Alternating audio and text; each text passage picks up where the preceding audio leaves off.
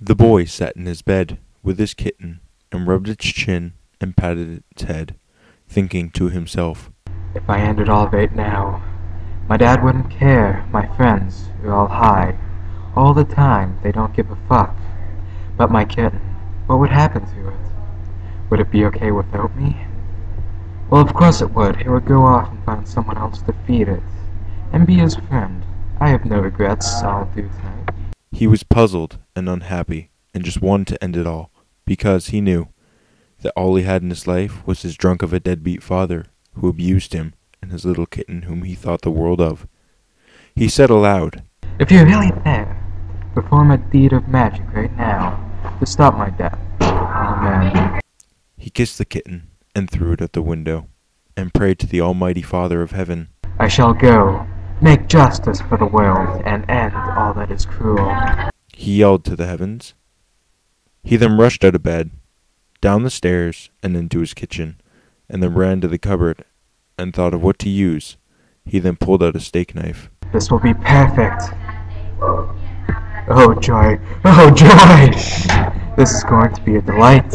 He couldn't keep still or slow his breath because of how happy he was. As the clock ticked down to when his drunken father came home from a night of drinking, as he heard the front door creak open, he thought to himself, The time is near. My plan is about to start. Oh joy, oh joy. as he hears his father's steps down the stairs. As he walks to the toilet, he thinks to himself, Why can't he hurry up? I'm about to burst from excited pressure. the toilet flushes, and his father yells. Hey boy, get down here. I have a surprise. This was followed by a sharp snap of the belt. Oh joy, oh joy. Oh, this is going to be fun. Father has a surprise. I wonder how he will react to my surprise. The boy whispers aloud. Not being able to keep his thoughts in his head, the boy then slowly crawls out of the closet, trying not to make a single sound as he creeps to the window. He then grabs onto some overgrown vines of his ancient house and started to climb down to his unkept lawn. He smiles as though of how he was going to cleanse his father from the earth. He starts to chuckle as the perfect thought comes to mind, almost dropping the knife from his mouth. As he struggles not to burst out laughing, he gets to the bottom and walks through the garden that he and his mother used to take care of. As he works his way through the overgrown garden, thoughts of how happy and sane he was as a child flashed through his mind. The thought of how twisted he became went through his mind, and he started to laugh as he relives the death of his poor mother. That was how he thinks he became to be how he is, how he was. His parents got into a fight a few years ago. His father was drunk, like always. As the fight escalated, the boy got involved. As his parents started to throw objects, his father missed his mother and hit his son in the head with a glass bottle. This made the boy black out. The next thing he remembered was the fight and something hitting him in the head. His father was sitting in the corner of the hospital room. The father notices his son's movement and rushes to his side. He then starts to mutter over and over that he was sorry for everything he has done. Then he says something that almost made him go back into a coma. He said that his mother has died from being hit by a truck in her rush to the hospital to check up on her son. But the boy knew. He knew better than to trust his father. He knew the truth. He knew that his father killed his mother right in front of him, just before he blacked out. As the thought left his mind, and he fell to the ground, trying not to laugh about how pathetic he was then stifled any laughter and carried on with his plan. As he crept to the back door, he heard his father start to yell again. He took the opportunity to let out some of his bottled-up laughter. He then slowly opens the door. As the rusty hinges creak, the yelling stops. Footsteps then get louder and louder as they approach the back door, where the boy is. The boy then thought of a smart trick to fool his father. In the kitchen, there were long curtains that the bottom just lies on the floor. The boy then took off his shoes and quietly placed them under the curtain to look like he was hiding from the pain which was to come. But the boy is smarter than that. He hid in the broom closet, and when his father came over with the belt and said, "It's the time for your punishment." the father pulled the curtain off the rod and was puzzled because there was only shoes lying there. The boy then ran up and stabbed him in the back of the neck, instantly paralyzing his dear father, and whispered in his ear, "Well then, father, how do you like my surprise?" The boy then pulled the knife out of his neck. His father dropped to the ground. Pure fear and hatred can be seen in his father's dying eyes as he stares to the ceiling, not able to look anywhere else. Tears start to roll down his father's face due to the intense pain and thought of where he went wrong in raising his son. The crimson-colored blood pooling around his body. "Oh joy, oh joy! Now what shall I do with the body?" The boy yelled out loud while jumping high in the air with a smirk on his face. "Oh, this shall be spectacular. The world must know of my achievements." The boy thinks to himself. His face now has a wide grin as he thinks of the perfect idea. The next morning, the boy dragged his father's lifeless corpse to open the viewed balcony and screamed out, "Deed is done, everyone. The deed is done." and then he chuckled and lifted the body. And then he chuckled and lifted up the extremely heavy body and leaned it over the edge. People screamed at the horrific sight of a dead man. The boy is now crying and can't help but laugh when he throws the poor dead drunk off the edge and sees the rest of his worthless blood splatter on the cement. He got exactly what he deserved from all the years of abuse I have tolerated. The boy thought to himself. He never thought he could be happier. But there was something else, a hint of guilt and sadness as he realizes what he had done. He had killed the only family he had left, but even so, he couldn't help but laugh. But that laughter soon died off as he heard one of his neighbors scream at the bloody sight. Before he could be seen, he dove back in the house through the window. Soon after, he heard the wailing sirens in the distance. "What am I going to do now? I'm going to get caught eventually." The boy said quietly under his breath. By now the sirens were right out front. The officers were banging on the door. "Open the door! This is the police!" One of the policemen shouted. The boy then goes into the kitchen, picks up the knife that was used to kill his father. He then sneaks to one of the cupboards to grab something. He grabbed extra virgin olive oil and then dumped the oil on the floor in front of the doorway. Just as the police kicked it down, the boy slips around the corner to wait for his new prey. He is shaking with exciting terror as he sees the light from the cops' flashlights. He tightens his grip on the knife. As the light gets brighter and the footsteps get louder, the moment is getting closer to when he claims his next victim. They are so close now that the boy can hear them breathing. The door handle turns ever so slightly and creaks open. The boy's excitement is about to be overwhelmed by fear, but he is too far into his plan to turn back. As the first cop is about to take his first step into the kitchen, all the boy's fear disappears and is replaced with killing instinct. The cop then slips on the oil, falls face first into the cold, hard stone floor. The boy then jumps onto the cop's back and brutally and forcefully plunges the knife into the back of his neck. The cop then lets out a loud gurgle. The boy then gets ready to dodge the bullet from the second cop, but realizes the second cop isn't there. At the same time that he realizes this, he hears footsteps walking around upstairs. For a short period of time, the first thing the boy thinks of is to drag the body to the base of the stairs to distract for the other patrolling officer for a short period of time so he could hide and possibly kill him too. The body distracted the guard for the time that was needed. "Oh joy, oh joy! Guy, now it's your time to die," the boy said as he sprinted at the officer with a knife. Unknowingly, there was another officer outside with the boy in his sights and shot him in the leg. The boy was then in so much pain after being shot in the leg that he dropped the knife. Then the patrolling officer ran inside, jumped on the boy, cuffed him, and brought him outside to the cruiser. The boy was in a state of shock, so he wasn't able to do anything but let the cop put him in the back of the cruiser. When they got him in there, the shock the boy was in wore off and was replaced by pain at once. The long ride back in the cruiser to the hospital was made longer due to the pain in his leg. The ride that was supposed to be silent was filled with screams of agony. Oh, the surgery to remove the bullet and repair the tendon was short and easy. Till then, you will be feeling drowsy and nauseous. Oh. The effects of the anesthetics will wear off later. The doctor informed the boy. During his stay at the hospital, he was brought before a legal counsel to be trialed for his crime.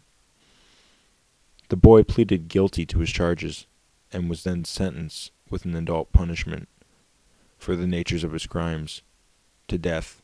He was then to be put on death row. He was then sent back to the hospital to finish his treatment. After he was discharged from the hospital, the police officer that was assigned for his transport brought him to a maximum security penitentiary, where he got his uniform and was brought to his cell, where he would spend the rest of his days until he died. Once he was settled in, he was then introduced to his new cellmate. So who are you? Asked the shy prisoner who sat in the corner. My name is... It's been forever since I've heard my name. I am usually referred to as my prisoner ID. I'm number 09265. Exclaimed the boy, who then takes a deep breath to settle his nerves. Well, what is your real name? My legal name is Charles Bleuet. Said the boy. My name is, Jones. Joseph Jones. Said the boy's cellmate. Joseph was on a date with his girlfriend of 4 years. During the date, a large explosion occurred, which startled them to run and find cover. Joseph's girlfriend's purse was caught in the chair. She tried to retrieve it, but was caught in the second explosion. Joseph realized she wasn't behind him, and ran back knowing of the danger he was in. As he searches for her, all he can hear are the sirens of the police outside, the sound of the helicopters above, and the screams of the others who are trapped in the debris. The smell of smoke is getting stronger, until he can't see any more than 4 feet in all directions. He then starts to scream his girlfriend's name in the last attempt to find her, only to be knocked down to his knees from the pain in his chest. Out the corner of his eye, he sees a familiar sight. The hat his girlfriend wore that day. It was half buried under some rubble. The only thing he could see was an arm sticking out. It was bent and twisted more ways than natural. Blood started to drip off of it, and he knew that she was dead, and he couldn't do anything now. By that time, he inhaled too much smoke, looking for his now deceased girlfriend, that he could no longer move or speak. He then just laid there in a pool of his own tears. Jones was rescued by the fire department and was brought to the hospital and hooked up to life support. Later on in the week, he was approached by official detectives of the state who blamed him for the terrorist bombing because of the bombs. Blamed the terrorist bombing on him because the bombers got away and he was the only one that survived, so they used him to hide the truth. And he was sentenced to death and placed on death row for his so-called crimes against humanity. And that is where he met his cellmate, Charles Bleuet. Charles slightly turned his body to confront Joseph. So how did you end up here? Did you kill someone? No, I didn't kill anyone. I was framed for the death of countless people and my girlfriend.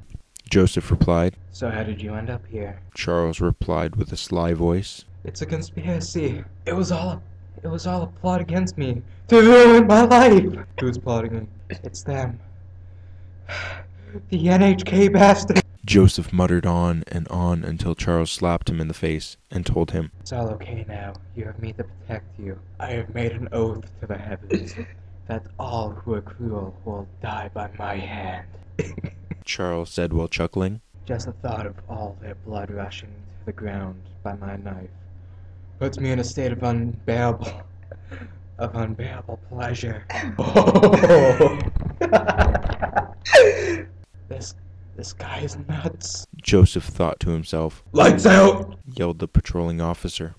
Charles and Joseph laid there in their cell and drifted off into a deep slumber. In the morning, Get out, you scumbags! I'm Batman. It's time for breakfast. Yelled the police officer. Joseph and Charles got up and left to the cafeteria, bickering to themselves. Joseph, being the diabolical genius that he is, He thought of a plan that might get them out of jail. Charles, do you want to die here? Like the rest of these criminals? Curiously replied Charles. Of course I don't. What are you going at, Joseph? How do you feel about starting a new life with me, or not? It's a sure thing. The guards will be busy stopping the pack of retards, Velociraptor. We can sneak out the front door in guard uniforms from the lockers. So how about it? I think you're crazy, Joseph. It will not work! They finished the rest of their food in silence and left back to their cell. Each lay on their cots and don't speak to one another. Hours of silence later. I wasn't listening to him earlier. I know it's dangerous, and I know that if we put our heads together, we can do this. Thought Charles. Psst. Psst. Hey, Joseph. Wake up. Hey. What do you want, Charles? Are you gonna yell at my face again? 'Cause if so, you can go fuck yourself. Said Joseph in disgust. No. I wanted to tell you I wanted to go through with your idea. We can get out of here if we put our heads together and just follow your plan. It was genius. Charles replied in a whisper because of the patrols that were nearby. Shut up in there! The guard screamed while smashing his baton against the cell bars. I'm sorry, Officer, but 09265 isn't feeling well. He has been throwing up for the past couple of hours. You need to take him to the infirmary. Charles said quickly without thinking. Yeah, I'm so sure. Said the officer in a sarcastic voice. Joseph falls to the ground and sticks his fingers in his mouth when the guard isn't looking and throws up on his shoes. You scum! The guard shouted after kicking him in the face. Fine, I'll call it in. Yeah, we have a sick prisoner here. Zzz. Are you sure he's still sick? Zzz. Replies the supervisor. Yeah, He just threw up on me. disgusting. Can you find someone to check on him? Questioned the guard. Zzz. A doctor is on the way. Zzz. When the doctor arrived, Charles grabbed the needle that the doctor had and yelled. Now! Joseph then kicked off his feet and took out the doctor and the guard, and Charles stabbed the guard in the head with a needle. Charles then stomped down with brute force on the needle to the guard's head and shattered it, and the blood started to pour off him like a sink faucet. Oh joy, oh joy! The happiness is building up. I can't control myself. So you're going too far. Stop. Stop it. Exclaimed Joseph. All who are cruel must die. Let's go, Joseph. We can handle ourselves from here on out. We can beat the NHK. Charles then ran down the stairs in his mental state and smashed the button which opened all the cell gates and doors. The prisoners flushed out of their holding cells and started breaking down the doors. They then ran out the back door towards the cafeteria, but were cut off by the rest of the death row inmates. So you're the guys who started the riot? Correct. Asked the large, sketchy male. Charles and Joseph couldn't say anything. They were afraid for once in their life. We have nothing to protect ourselves with, Charles. Quietly replied Joseph. The inmates came out from behind them, and the first one grabbed Joseph by the neck and said, Cry for me. Be the little bitch you are. Ah ha ha ha. Charles then stood there. He was no longer able to move or hear what was going on around him. He felt an extremely large amount of pain in the back of his neck. He won't recover from this with just a flesh wound. Ah ha ha ha. The gargantuan chuckled as he stabbed Charles in the back of the neck. So this is how my life was gonna end up. I see now I just can't get away with anything I want. Because me, Joseph, is going to die.